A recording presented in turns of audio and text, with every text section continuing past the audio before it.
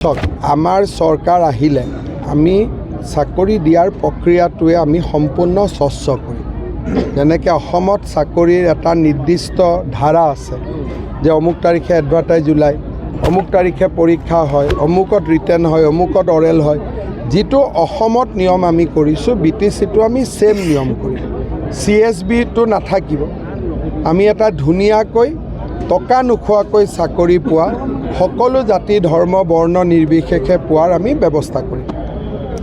শেষ কথাটো হৈছে সময় নাই যেহেতু কিমানখন আসন পাব আৰু চাওক, মই এটাই কথা কৈছোঁ, প্ৰথমতে মই ভাবিছিলোঁ যে আমি 9, 10টা 12টা ছিট পাম, কিন্তু যোৱা 2 দিনৰ পৰা মই যিটো দেখিছোঁ যে BJP ছিংগল লাৰ্জেষ্ট পাৰ্টি হ'বৰ কাৰণে আগবাঢ়িছে। আপুনিতো গুৱাহাটীৰ পৰা আহিছে, এতিয়া আমাৰ লোকেল জাৰ্নেলিষ্টখিনিক সুধিলে গম পাব যে গৈবাৰীক বাদ দি তামোলপুৰত আমি গোটেইকেইটা জিকিম।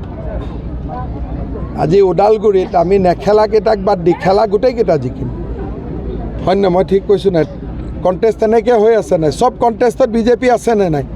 ক'ৰবাত ফাৰ্ষ্ট, ক'ৰবাত ছেকেণ্ড, চবতো BJPক লৈ আছে। বাকী যিখিনি জিলা আছে ওদালগুৰি, কোকৰাঝাৰ, ওদালগুৰিটো আমি য'ত কণ্টেষ্ট কৰিছোঁ চব আমাৰ লগত কণ্টেষ্ট আৰু আমিয়ে জিকিম।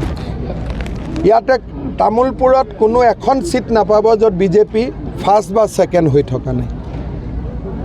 চবতে আমাৰ লগতে, আৰু গোটেই পৰিৱেশটো এতিয়া BJP-মুখী। BJPয়ে যদি সংখ্যাগৰিষ্ঠতা পায় তাৰপিছতো লগততো লোৱাটো আপত্তি নাই। মইতো কৈছোঁ ট্ৰেক্টৰ আৰু নাঙল BJP চব একেলগে থাকিব লাগে, কিন্তু চৰকাৰখন BJPৰ হ'ব লাগে, CM-জন BJPৰ পৰা হ'ব লাগে। কোনোবা এজন জাৰ্নেলিষ্টক পাতি দিম।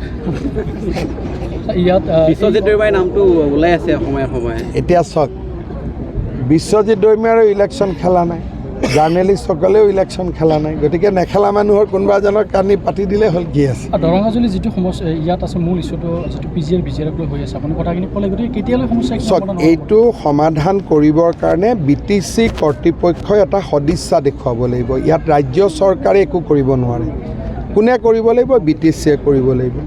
BTCত আগতে UPPLও নকৰিলে বা আমাৰ BPF-এও নকৰিলে।